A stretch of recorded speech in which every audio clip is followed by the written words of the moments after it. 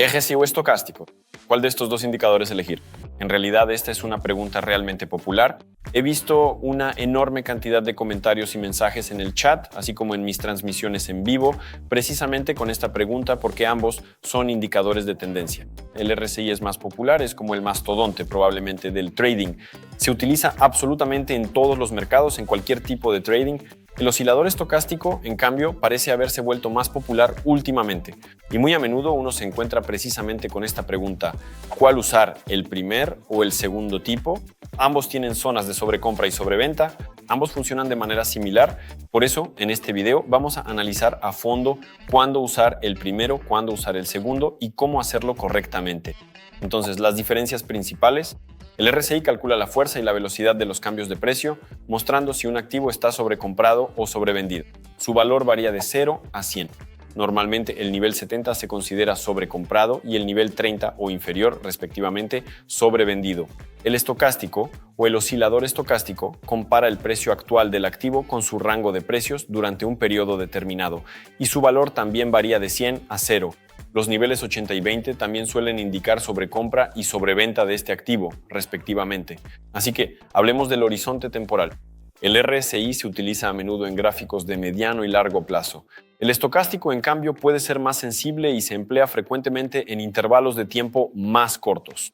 Si hablamos de señales concretas, puntos de entrada y, en general, de la interpretación del indicador, en el RSI las señales se generan cuando se cruzan los niveles de 30 y 70, así como en presencia de divergencias.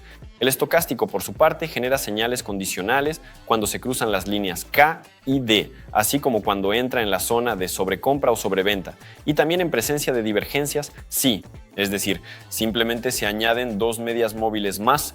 Si hablamos de tipos de análisis, el RSI muestra mejor el estado general de la tendencia, mientras que el estocástico es más efectivo en condiciones de mercado lateral, donde las fluctuaciones de precios son más pronunciadas. Bien, nos hemos trasladado a la plataforma. Déjenme mostrarles cómo pueden activar estos indicadores y empezar a usarlos por si acaso no lo sabían. El RSI lo tenemos aquí y justo debajo de él está el oscilador estocástico.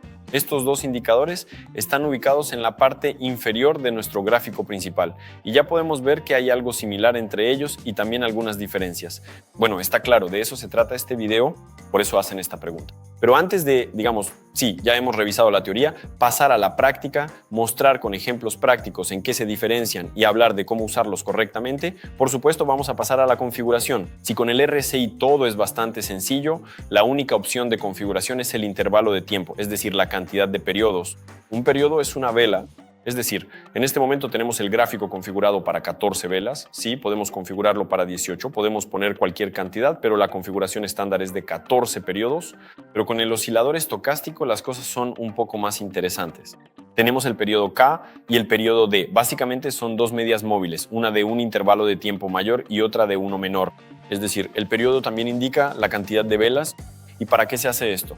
¿Para que podamos encontrar puntos de entrada cuando estas dos líneas se cruzan? Sí. Es decir, básicamente aquí tenemos una analogía con la estrategia de dos medias móviles o con la estrategia MACD. Sí.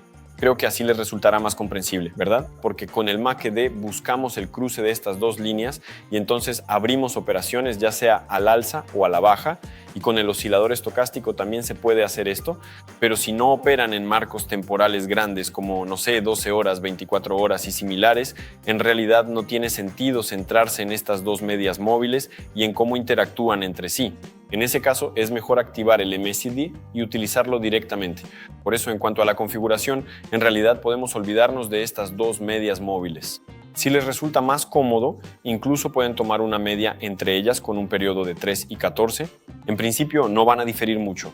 Por ejemplo, pueden poner un periodo de 10 para la K y ocultar completamente el periodo D, y entonces tendrán pues una sola línea así. Está claro que en ambos casos podemos cambiar la configuración, sí, pero esta es una de las variaciones si no necesitan esos cruces para que el gráfico sea más agradable a la vista y en general se vea un poco más sencillo. Pero eso no es todo. Todavía tenemos el parámetro de suavizado. En principio sí nos elimina el ruido innecesario. En principio también es un indicador bastante estándar. Por defecto está configurado en 3 y podemos elegir los tipos de media móvil. De hecho, ya analizamos los tipos de medias móviles en uno de los videos anteriores. Pero dado que esto en realidad es muy importante, si notamos los cambios, sí, como la línea en sí misma cambia al alternar, veremos que realmente son cambios bastante significativos. Por eso, déjenme recordarles rápidamente en qué se diferencian las medias móviles entre sí. Entonces, SMA, WMA, EMA y SMMA. Estos son diferentes tipos de medias móviles que se utilizan en el análisis técnico para suavizar los datos de precios y detectar tendencias. En general, las medias móviles tienen muchos usos. Se emplean en una gran cantidad de indicadores, incluyendo este caso. Aquí están las principales diferencias entre ellas. En principio recuerden esto, seguro que les será útil más adelante. La SMA es la media móvil estándar. Se calcula como el valor promedio de los precios durante un periodo determinado. Es decir, cada valor dentro del periodo tiene el mismo peso. Por ejemplo, tomamos desde la décima hasta la 20ª vela, sumamos y dividimos por la cantidad de velas, o sea, por 10. Ese será el precio resultante. Luego seguimos. La WMA es la media móvil ponderada. Esta le da mayor peso a los precios más recientes que a los anteriores, es decir, es más sensible a los cambios de precio en comparación con la SMA. Por ejemplo, de 10 velas se pone mayor énfasis en las últimas 5. El tercer punto es la media móvil exponencial. También otorga mayor peso a los precios más recientes, pero lo hace mediante un suavizado exponencial. La fórmula es un poco diferente en comparación con la WMA. Responde más rápido a los cambios de precio en comparación con la SMA y la WMA, precisamente gracias a este tipo de suavizado. Luego, el cuarto punto es la SMMA. Combina elementos de la SMA y la EMA, suavizando los datos a lo largo del tiempo, pero es menos sensible a las fluctuaciones en comparación con la EMA, proporcionando una tendencia más suave.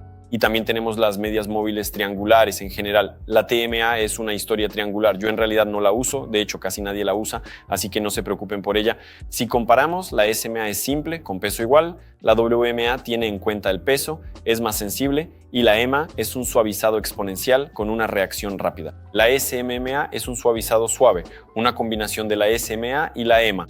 Aproximadamente se ve así. Cada uno de estos indicadores tiene sus propias fortalezas y debilidades. La elección depende de los objetivos del análisis, pero voy a acelerar un poco este proceso y les diré rápidamente que en términos generales, por defecto en todas partes, se utiliza la SMA. Sí, es el estándar más común. Si no saben para qué usar otro tipo, es mejor que utilicen la SMA, pero la mayoría de las veces la tendencia más reciente en el trading es precisamente hacia la EMA. En la mayoría de las estrategias se puede encontrar justamente esta. Yo también la uso con mayor frecuencia, da buenos resultados. En realidad, en el oscilador estocástico pueden poner EMA o pueden dejar la SMA por defecto. No es algo que sea súper importante. Eso es todo, pero ahora ya conocen todas las diferencias y eso es lo más importante. Bien, sigamos adelante y volvamos a donde empezamos.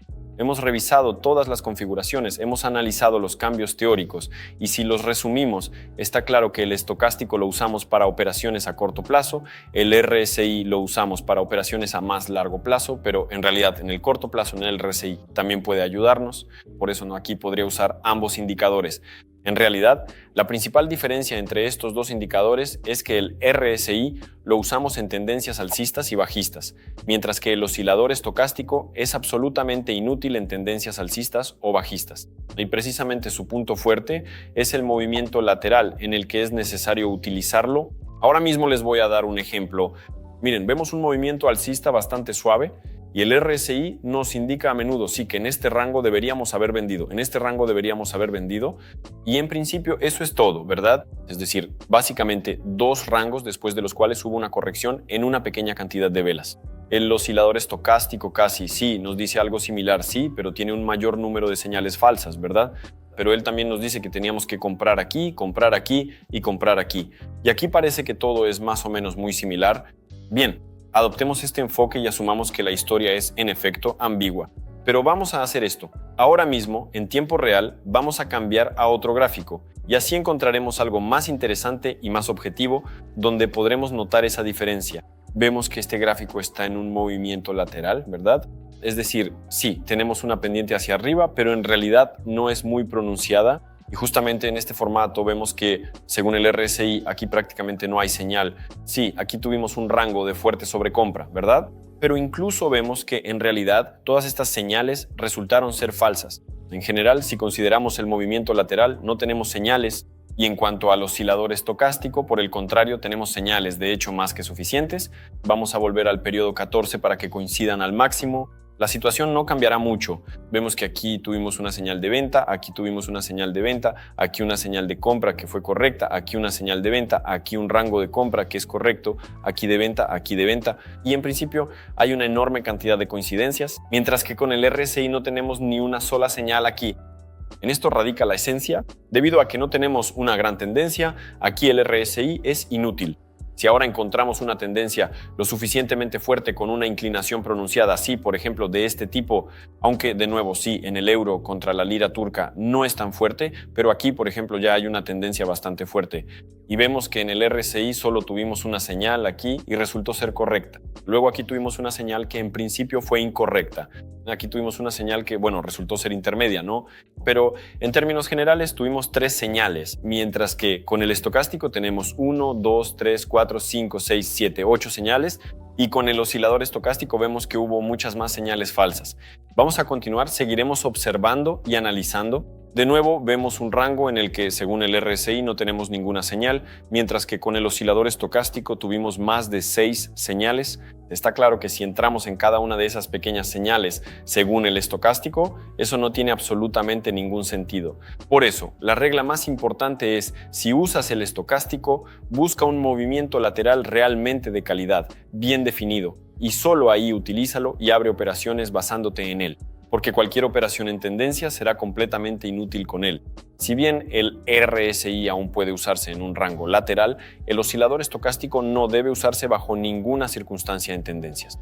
Eso es, y esa es la diferencia principal, esa es la respuesta principal a tu pregunta. En efecto, son 2 indicadores de tendencia, interactúan de manera muy similar, pero lamentablemente no se pueden comparar tan directamente entre sí.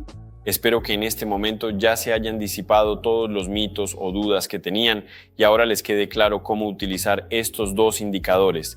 De nuevo, por ejemplo, vemos un gráfico como este. Aquí vamos a utilizar exclusivamente el indicador RSI. Vamos a cambiar al marco temporal de 2 o 3 minutos y veamos qué está pasando aquí. Vemos en principio que estamos saliendo de la zona de sobrecompra tanto en uno como en el otro, ¿verdad?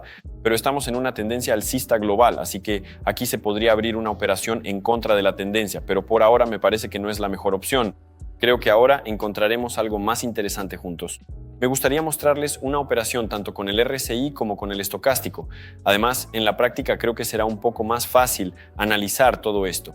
Y aquí, en AEDC y BUID, vimos una tendencia bastante buena en la que se podría haber abierto una operación. Si se mueve tanto en una dirección como en la otra, es difícil llamarlo un movimiento lateral al 100%. Vemos que ahora ya vamos a estar en la zona de sobrecompra. En este momento estamos en ella. Creo que es un buen momento para abrir nuestra operación de venta por 30 segundos. Nos encontramos en esta zona y estamos mirando específicamente el RSI, ¿verdad? La señal anterior la tuvimos aquí. En principio bajamos en 1, 2, 3, 4, 5, 6, 7. En 7 velas bajamos. Ahora tengo un marco temporal de 30 segundos. Entro en la operación, por decirlo así, por 4 velas, siguiendo la misma lógica. Y aquí esperaremos el resultado. Y ya expliqué que me basé precisamente en el RSI. Porque sí, no es perfecto, no es un ángulo máximo. Sí, una gran tendencia, pero de todos modos está presente. Y si hay que elegir entre el RSI y el estocástico, por supuesto, aquí es mejor basarse en el RSI. Por eso esperamos el resultado de esta operación.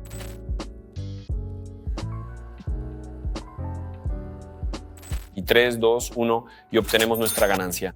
Vemos que el indicador funcionó perfectamente. En realidad, vemos que en el estocástico aquí se dibuja lo mismo. Ya hemos mencionado que tiene demasiadas señales falsas y en una tendencia así no hay que tenerlas en cuenta en absoluto. Y según el RSI, mostró aproximadamente una operación en la que se puede entrar. Ahora vamos a buscar un excelente movimiento lateral, un canal de precios claro, con niveles definidos de soporte y resistencia, en el que intentaremos entrar en una operación usando el oscilador estocástico. Me gustaría mostrarles esto en la práctica, para que puedan entender qué operaciones buscar y en cuáles entrar. Para ello buscamos un gráfico sin una inclinación pronunciada. Eso es, incluso este ángulo de inclinación no es realmente un movimiento lateral, especialmente porque voy a operar en un marco temporal de 30 segundos. He puesto el marco de 3 minutos solo para que me sea más cómodo identificar la tendencia. Cuando cambiemos a 30 segundos, la imagen cambiará por completo. En principio, de eso se trata. A menudo me preguntan por qué siempre tengo activado el RSI, incluso en las transmisiones en vivo. Simplemente porque el RSI da una mayor cantidad de señales, ¿verdad? desde el punto de vista de que hay más gráficos que se pueden analizar prácticamente con el RSI, cosa que no ocurre con el estocástico, donde hay que buscar un movimiento lateral casi perfecto y solo en ese caso será efectivo. Por eso personalmente yo prefiero el RSI, pero eso no significa que el oscilador estocástico no tenga ninguna aplicación, y eso es precisamente lo que quiero mostrarles ahora. Este proceso quizás lo aceleremos un poco porque encontrar un movimiento lateral realmente perfecto no será tan fácil, pero parece que ahora tal vez en Dogecoin estamos en uno, ¿verdad? Bueno, vemos que por ahora no tenemos ninguna señal. Sí, hay un pequeño ángulo, pero en principio aquí vemos claramente una zona de soporte a la que hemos llegado justo ahora. Y vamos a abrir una compra por $1000. En principio, el estocástico correlaciona perfectamente con los niveles de soporte y resistencia, porque incluso ahora podemos mostrar aquí un rango.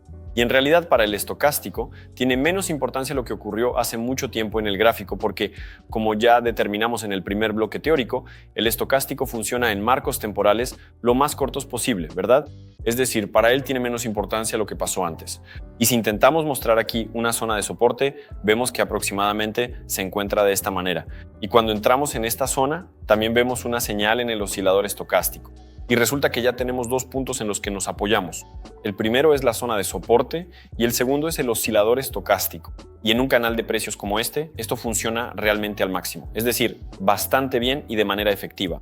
Nos queda todavía un minuto, así que vamos a esperar el resultado y luego analizaremos y sacaremos algunas conclusiones. Bueno, vemos que en realidad al gráfico todavía no le ha dado tiempo de salir de este rango, aunque según el estocástico ya hemos salido de aquí. En principio esto es normal, pero creo que vale la pena abrir otra operación. ¿Ven? Ahora vamos a sumergirnos de nuevo en esta zona, solo hay que aumentar el tiempo de la operación. Aquí nos hemos sumergido de nuevo en ella y, en consecuencia, aumentar aquí la cantidad para compensar la primera pérdida. Y ahora esta será una operación más inteligente. En realidad, aquí o bien hay que reducir el tiempo y esperar ese impulso rápido o, por el contrario, hacer lo opuesto. Pero por ahora he decidido aumentar el tiempo de expiración y así esperar el rebote desde este rango. Teniendo en cuenta las operaciones según el estocástico, esto es absolutamente normal. Pero ahora esperemos 2 minutos y medio en la operación.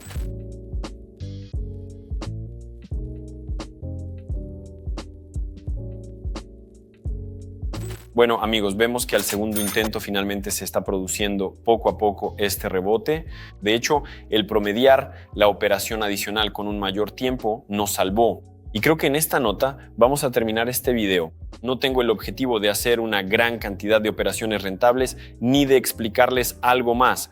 Me gustaría que esta información se les quedara, que la recordaran y la aplicaran activamente en su operativa. Hoy hablamos sobre la teoría, sobre en qué se diferencian estos dos indicadores, qué configuraciones tienen, cuáles se pueden usar y cuáles son los cambios claros y visibles en el gráfico. Lo notamos incluso en este rebote. De hecho, después también se formó una señal en el RSI, sí, pero ya un poco más tarde. Justo ahora, desde este rango, el RSI ya nos indica que debemos abrir una operación. En general vimos muchos ejemplos y abrí una operación rentable con el RSI y una operación rentable con el oscilador estocástico. ¿Qué usar? Uno u otro deben decidirlo ustedes según su estrategia de trading. ¿Pero qué les propongo hacer? Escriban en los comentarios RSI si usan el RSI y escriban estocástico si en su estrategia prefieren y les ayuda más el oscilador estocástico. Veamos quiénes de nosotros seremos más, en principio. Ya he expresado mi punto de vista al respecto. Y si aún no están ni de un lado ni del otro, porque no operan en la plataforma Pocket Option junto con nosotros, entonces asegúrense de seguir el enlace en la descripción de este video. Allí también les estará esperando un código promocional especial, digamos festivo, que al usarlo durante el registro, y no solo entonces, podrán recibir hasta un 50% de bono en su cuenta de trading. Y por supuesto, no olviden venir y ver nuestros otros videos, asistir a las transmisiones en vivo y participar activamente en la vida de nuestro canal de YouTube. Estaremos más que encantados. Bueno, yo fui Ernest, esto es la plataforma Pocket Option y nos vemos en los próximos videos.